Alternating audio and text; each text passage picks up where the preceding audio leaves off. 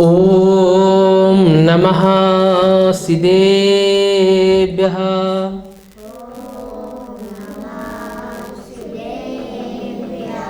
ओम नमः सिद्धेभ्यः।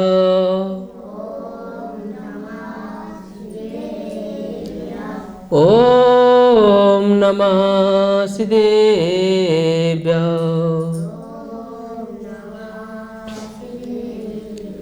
इडमो अरिहन्ताडं इडमो सिद्धाडं इडमो आयरियाडं इडमो वज्झयाडं इडमो लोये सबिशाहुडं। मैं नन्ना बालके प्रभु नहीं मुझ में कुछ ज्ञान। मैं नन्ना बालके प्रभु नहीं मुझ में कुछ ज्ञान। मेरे और मियाँ बसो परम सिंध भगवान। कम खाना कम शोभिना कम दुनिया से प्रेत कम मुख से बोले वचन यह साधु की। बोले सुन ब्राह्मण साक्षात विराजमान शांति प्रदाता शांतिनाथ भगवान की, 24 तीर्थंकर भगवान की, जिनवाणी माता की जय। हम लोग जीवन में सफल होने के लिए जो राह पर चल रहे थे वो किताब हमारी चल रही है। और जीवन में सिर्फ पैसों के मामले में सक्सेस होना ही सक्सेस नहीं होती है। मेन होता है आत्मसंतुष्टि के बलबूते पर संतुष्टि होना, हमारा मनोबल के बलबूते पर संतुष्टि होना। चलिए पढ़ते हैं आगे। क्या है दूसरों की निंदा। जो हम वार्तालाप कर रहे थे वो ये कर रहे थे कि हमें दूसरों की निंदा करने से क्या होता है, हमारे अंदर भी बुराइयां उत्पन्न होनी शुरू हो जाती है।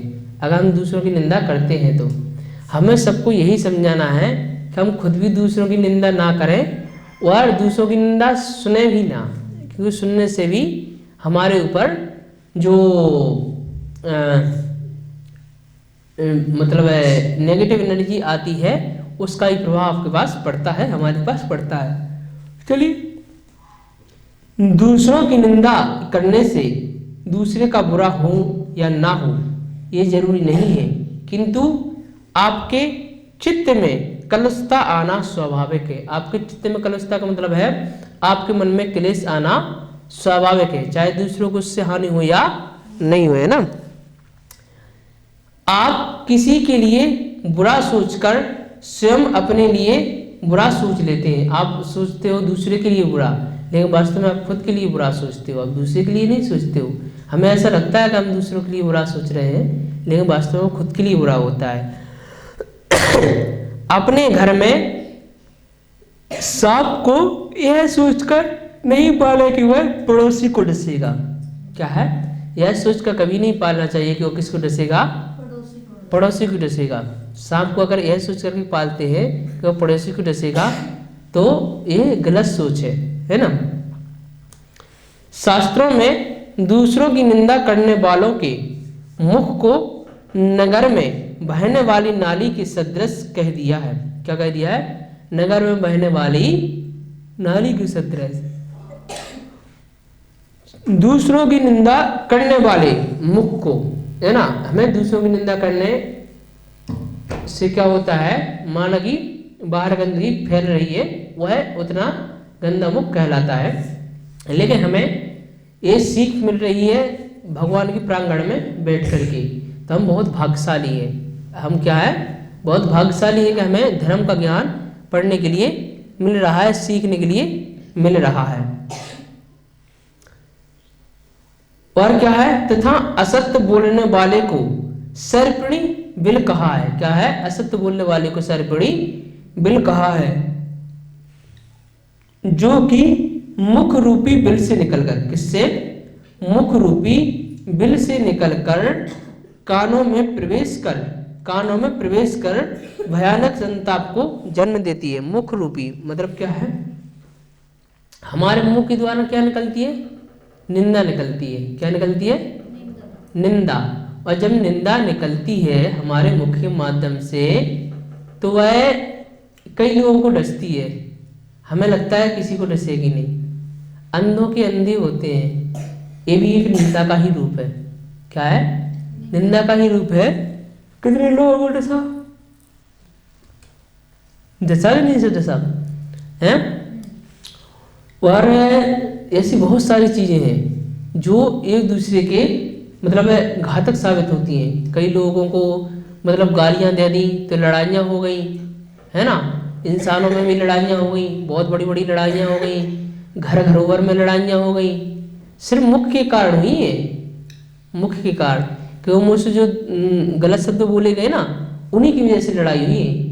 जितना भी इतिहास देख लेना उसमें मुख के द्वारा बोले गए अपशब्द बहुत समाहित रहेंगे। समाहित अपशब्दों का प्रयोग ज्यादा रहेगा। तो क्या है कि निकलकर कानों में प्रवेश कर भयानक संताप को जन्म देती है। गोली का घाव भर जाता है। किसका घाव भर जाता है? गोली का घाव भर जाता है, लेकिन गाली का नहीं भरता। अतः किसी को भी कटु वचन नहीं कहना चाहिए। अब मैं एक कहानी सुनाता हूँ आपको, है ना। एक लकड़हारा था। क्या था? लकड़हारा था, है ना। वह इतना गरीब था कि वह मतलब खाने तक को उसके पास पैसे नहीं होते थे। किसके पैसे नहीं होते थे? खाने तक के पैसे नहीं होते। एक टाइम का भोजन भी बड़ी मुश्किल से वो जुटा पाता था। अब क्या हुआ? अब एक टाइम का पैसा तो बहुत मुश्किल खाने के लिए जुटा पा रहा है, कुछ ही कोई बात नहीं। अब लकड़हारा जो था वह बहुत दुखी था। अब वो आत्महत्या करने के लिए गया। कहाँ गया? जंगल में गया। कहाँ गया? कि जंगल में मैं फांसी पर लटक जाऊंगा, आत्महत्या कर लूंगा। उसके घर पे जवान बेटी थी, उसकी भी शादी करनी थी और उसके पास पैसे थे नहीं, तो वो जंगल में चला गया। जंगल में जाने के बाद क्या होता है? जंगल में गया तो एक शेर मिला उसे। क्या मिला? शेर। तो इस शेर के सामने आकर के खड़ा हो गया। तो शेर ने पूछा, भाई क्या बात है? कहले मैं आत्महत्या करने के लिए आया हूँ, पेड़ पे टंगने के लिए जा रहा हूँ। तो शेर ने कहा क्यों भाई, क्या दिक्कत है? तो उन्होंने कहा कि मैं इतना गरीब हूँ कि मैं एक टाइम का भोजन नहीं जुटा पा रहा हूँ और मेरे एक घर में मेरी बेटी की मुझे शादी करनी है और शादी के लिए मेरे पास पैसे नहीं है। तो शेर ने कहा कि कोई बात नहीं, तुम्हारी बेटी की शादी हो जाएगी।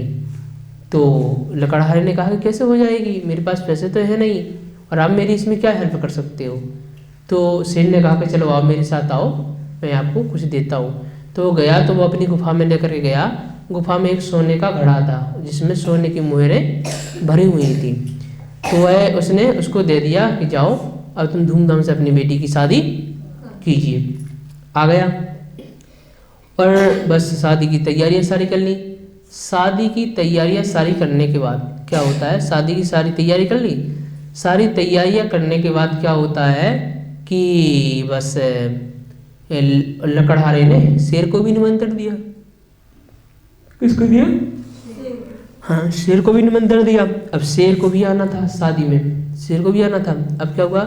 शेर ठीक है, शादी का अरेंजमेंट सारा हो गया और शादी का अरेंजमेंट, इसके बाद बारात आ गई। बारात आ गई, अब शेर पहुँचे, शादी में पहुँचे शेर। तो होता क्या है, शेर पहुँचा जैसे ही शादी में तो वहाँ पर भगदड़ मच गई। क्या मच गई? भगदड़ मच गई कि शेर आ गया, शेर आ गया, शेर आ गया। तो लड़की का पिता लकड़हारा क्या बोला? अरे डरो मत। क्या कहा उसने? अरे डरो मत, ये तो मेरा कुत्ता है। क्या कहा?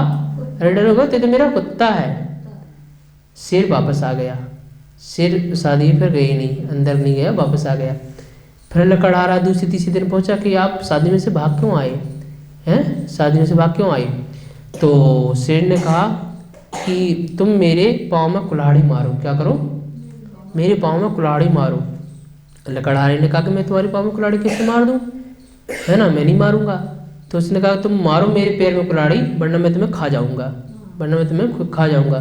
उसने जोरदार कुल्हाड़ी मारी, उसके घाव हो गया पैर में, शेर के पैर में घाव हो गया, चला गया वापस। उस लकड़हारे से कह दिया कि अब तुम 15 दिन बाद आना। कितने दिन बाद आना? 15 दिन बाद आना। 15 दिन बाद लकड़हारा गया उसकी गुफा में। तो फिर उसने जवाब दिया कि जो तुमने हमें कुल्हाड़ी मारी थी उसका घाव तो देखो ये भर गया है। क्या है? उसका घाव तो भर गया है, लेकिन तुमने जो मुझे अपशब्द बोले थे, क्या बोले थे? अपशब्द बोले थे, वो घाव अभी तक नहीं भरा, अब मैं उसका क्या करूं? अब मैं उसका क्या करूं?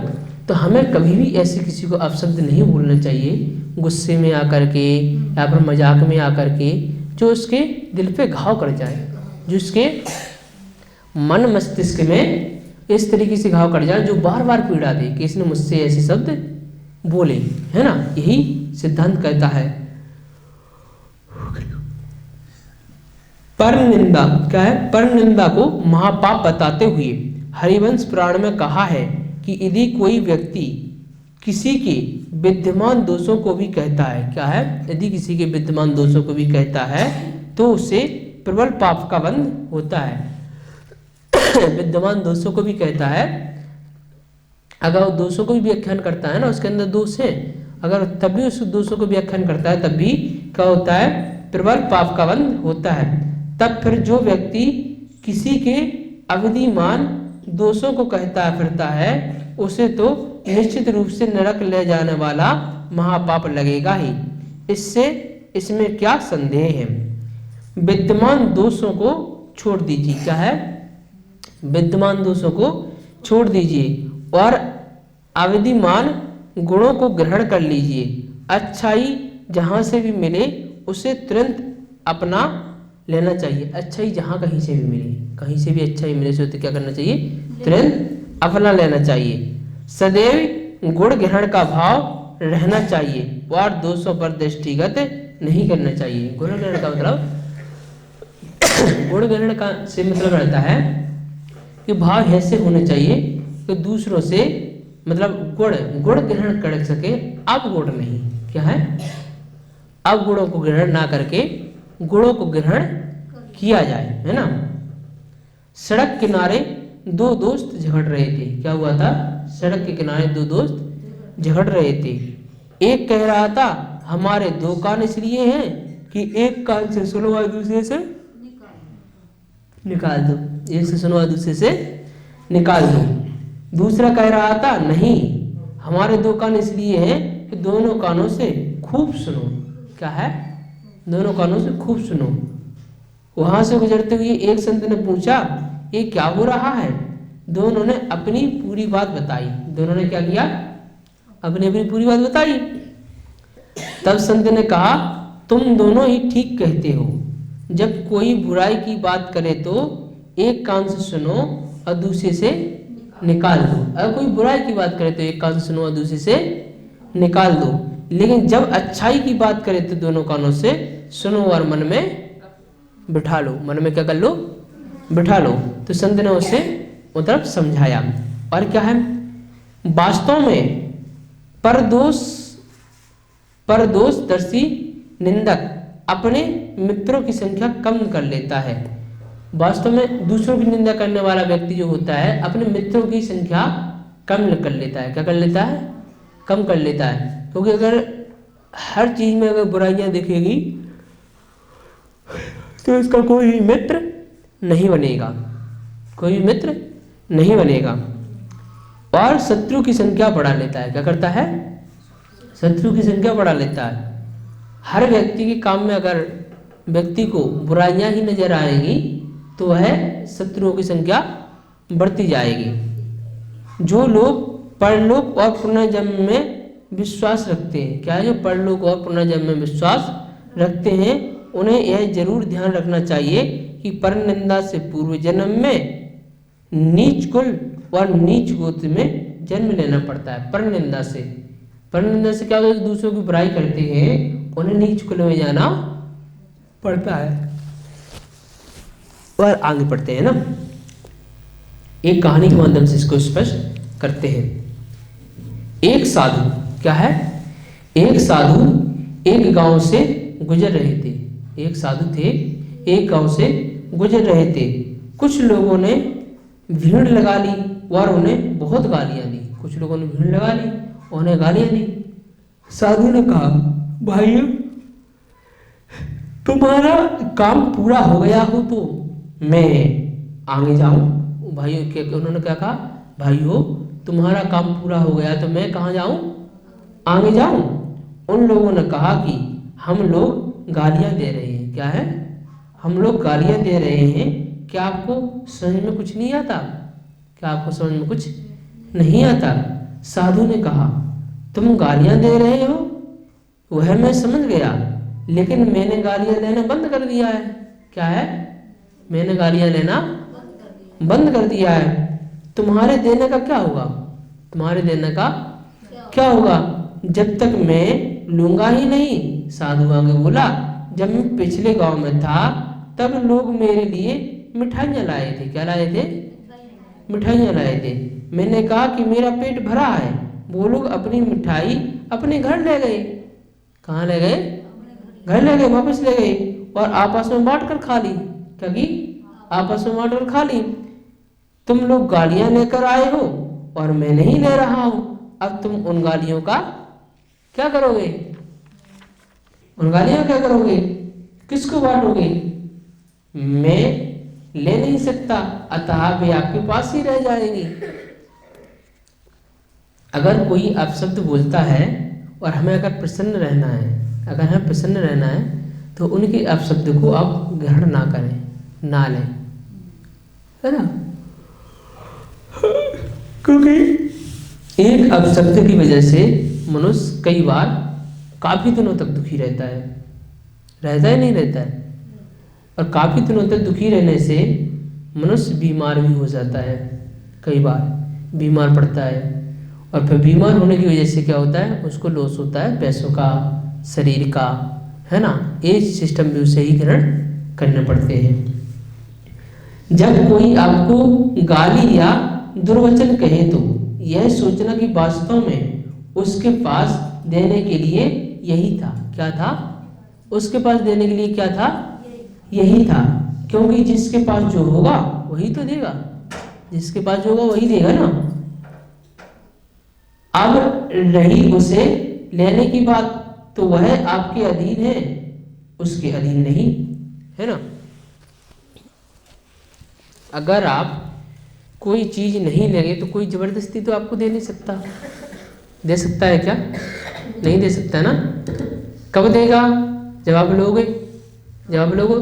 साधु ने क्या कहा कि पिछले गांव में जब हम थे तो उन्होंने मिठाई ली थी। क्या दी थी, मिठाई। मिठाई उन्होंने नहीं ली तो उन्होंने आपस में बांट करके खा ली। अब आप लोग क्या दे रहे हो, गालियां दे रहे हो। गालियां मैं नहीं लूंगा, गालियां मैं नहीं लूंगा, तो किसके पास रह गई, जो दे रहा है उसी के पास रह गई ना। हाँ, अब क्या है, तो अब क्या है, चुगली का फल कड़वा होता है। क्या होता है, चुगली का फल कैसा होता है, कड़वा होता है। ये आगे बढ़ते हैं। चुगली का अर्थ है दूसरे के दोषों को देखकर उनके बारे में अन्य को बताना। क्या है, दूसरों के दोष के बारे में देख करके किसी दूसरे को बताना। ऐसे चुगलखोर को मक्खी के समान माना गया है। किसके समान माना गया, मक्खी के समान माना गया है, जो सारे खूबसूरत जिस्म को छोड़कर केवल जख्म पर ही बैठती है। किस पे बैठती है, जख्म में, जहाँ पर गंदगी रहती है, ब्लड रहता है, पीप रहती है, वहाँ पर मक्खी बैठा करती है। चुगली को निकृष्ट समझकर तुरंत ही छोड़ देना चाहिए। क्या छोड़ देना चाहिए, निकृष्ट समझकर तुरंत ही छोड़ देना चाहिए। मतलब चुगली को ना मवाद वाला स्थान, ब्लड वाला स्थान समझ करके तुरंत छोड़ देना चाहिए। वहाँ पर उसको, चुगली को नहीं करना चाहिए, ऐसा इसमें कहा गया है। परस्पर चुगली करना भी घोर संकट की निशानी है। क्या है, परस्पर चुगली करना भी घोर संकट की निशानी है। इससे परस्पर वैमनस्य भी उत्पन्न हो जाता है। परस्पर वैमनस्य का मतलब है संताप, दुश्मनी, संताप दुश्मनी उत्पन्न हो जाता है। जिसकी चुगली करो वह उस तक जरूर पहुंच जाती है, अतः चुगलखोर को कष्ट निश्चित है। अगर कोई व्यक्ति चुगली करता है तो उस तक धीरे धीरे पहुंच जाएगी, डायरेक्ट या इनडायरेक्ट रूप में। इनडायरेक्ट रूप में वायरलेस कनेक्शन के थ्रू हिट करेगी माइंड को और उसका नेगेटिव प्रभाव आप उस तक पहुंच जाएगा, और डायरेक्ट मतलब कोई ना कोई कह देगा तो भी पहुंच जाएगी। वह खास बात यह है कि चुगली करने से कुछ मिलता भी नहीं है। क्या है? कुछ मिलता नहीं है।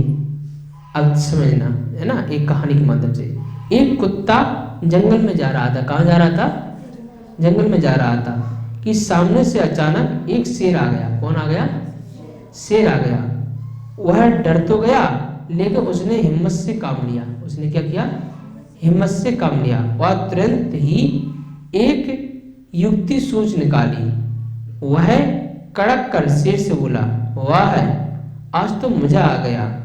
मेरा तो रोज का नियम है कि हम 10 शेरों को का वध करके ही भोजन ग्रहण करूंगा। क्या है? उस कुत्ते ने क्या कहा? मैं तो रोज का नियम है कि 10 शेरों का वध करके ही भोजन ग्रहण करूंगा। सुबह से 9 शेर तो मैं मार चुका हूं और 10वां यह सामने ही आ गया है। लगता है अब भोजन का समय हो गया है। शेर यह सुनकर डर गया। क्या है? शेर यह सुनकर डर गया और वहां से भाग खड़ा हुआ। ऊपर पेड़ पर बैठा बंदर यह सब देख रहा था। उसने जाकर शेर को पूरी बात बताई, लेकिन इस बात का भान कुत्ते को हो गया था, अतः उसने तुरंत ही दूसरी युक्ति सोची और जैसे ही शेर को दूर से वापस आते देखा तो उसकी ओर पीठ करके बैठ गया। उसकी ओर क्या बैठा? पीठ करके बैठ गया। शेर के नजदीक आने पर बोला, कितनी देर हो गई? उस बंदर को भेजा है कि वो किसी बहाने से उस शेर को बुला लाए। और क्या कहने लगा? पीठ करके बैठ गया और क्या बोला कि शेर को नजदीक आने पर बोला, कितनी देर हो गई? उस बंदर को भेजा है कि वो किसी बहाने से शेर को बुला लाए तो मेरा व्रत पूरा हो, बहुत भूख लगी है। यह सुनकर शेर वह चुगलखोर बंदर पर क्रोधित हो गया। क्या हो गया? चुगलखोर बंदर पर क्रोधित हो गया और उसे वही मार गिराया। बंदर को मार गिराया। इस तरह चुगली करने से सदैव परेशानियों का ही सामना करना पड़ता है। किसी की निंदा और ईर्ष्या करके मनुष्य उसका तो कुछ बिगाड़ नहीं सकता है। हम किसी की भी अगर निंदा करें या ईर्ष्या करें, ईर्ष्या ही बहुत बड़ी चीज होती है। ईर्ष्या के कारण क्या होता है, उसका दुष्परिणाम क्या होता है, मैं बताता हूं। जिसकी किस्मत में जितना लिखा है, जो जितने कर्म के माध्यम से कमाने का मेहनत का फल लिखा गया है, उतना ही उसे मिलेगा, उससे ज़्यादा उसे नहीं मिल सकता। और यह व्यक्ति अगर सोच करके दुखी होता है कि इसको हमसे ज़्यादा मिल रहा है, इसको हमसे और ज़्यादा मिल रहा है, तो व्यक्ति क्या होगा? दुखी रहेगा। क्या रहेगा? खुश नहीं हो सकता। क्या नहीं हो सकता? खुश नहीं हो सकता। और उसका दुष्परिणाम क्या होगा? खुद के ऊपर होगा। ईर्ष्या का दुष्परिणाम जो होता है खुद के ऊपर होता है। ईर्ष्या मनुष्य की प्रवृत्ति ही है, इसे आप चेंज नहीं कर सकते। हमारे अंदर भी है, आपके अंदर भी है ना। ये सत्य कड़वा है, इसे आप झुठला नहीं सकते। अगर मैं कहूँ कि हमारे अंदर नहीं है तो ये भी गलत हो जाएगा। अगर हम कहें कि आपके अंदर नहीं है, ये भी गलत हो जाएगा। है ईर्ष्या सबके अंदर होती है, किसी ना किसी रूप में ईर्ष्या रहती ही है ना। अब उस ईर्ष्या को कम कैसे कर सकते हैं? कम कैसे कर सकते हैं? ये समझ करके कर सकते हैं, समझ करके कर सकते हैं। और ईर्ष्या के कारण ही व्यक्ति दुखी भी होता है और बीमार भी पड़ता है, दुखी भी होता है, बीमार भी पड़ता है और दूसरों को हानि पहुंचाने की बजाय खुद को हानि पहुंचाता है। क्या करता है? दूसरों की हानि की बजाय खुद को हानि पहुंचाता है। तो किसी की निंदा या ईर्ष्या करने वाला मनुष्य दूसरों का कुछ नहीं बिगाड़ सकता है, पर अपनी निंदा और अपना सुख और संतोष अवश्य खो देता है। जब कोई आपकी निंदा अथवा चुगली करे तो यह विचार करना चाहिए कि कोई मुझे पसंद या नापसंद दोनों ही बातें में मेरी अच्छी है। क्या है? कोई मुझे पसंद करे या नापसंद करे, दोनों ही क्या है? अच्छी है। क्योंकि कोई मुझे पसंद करता है तो मैं उसके दिल में हूँ, और नापसंद करता है तो दिमाग में हूँ। कोई पसंद करता है तो दिल में हूँ, और नापसंद करता है तो दिमाग में हूँ, लेकिन क्या है? उसके अंदर तो विद्यमान हूँ ना, उसके अंदर तो विद्यमान हूँ ना। इस प्रकार से विचार करके हमें प्रसन्नचित्त रहना चाहिए। समय हो चुका है, आज के लिए इतना ही, कल आगे करेंगे। चलिए जिनवाणी स्तुति करते हैं। झावाणी के ज्ञान ते सूझे लोकालो, सोवाणी मस्तके नमो सदा देते हो दो। हे जिनवाणी भारते तो जपो दिन रे, जो तेरी शरणां गए सो पावे सुचैन। देव जो रहंत को गुरु सेवा निज ग्रहण, दया धय पालो सदा यही मोक्ष का बंधन।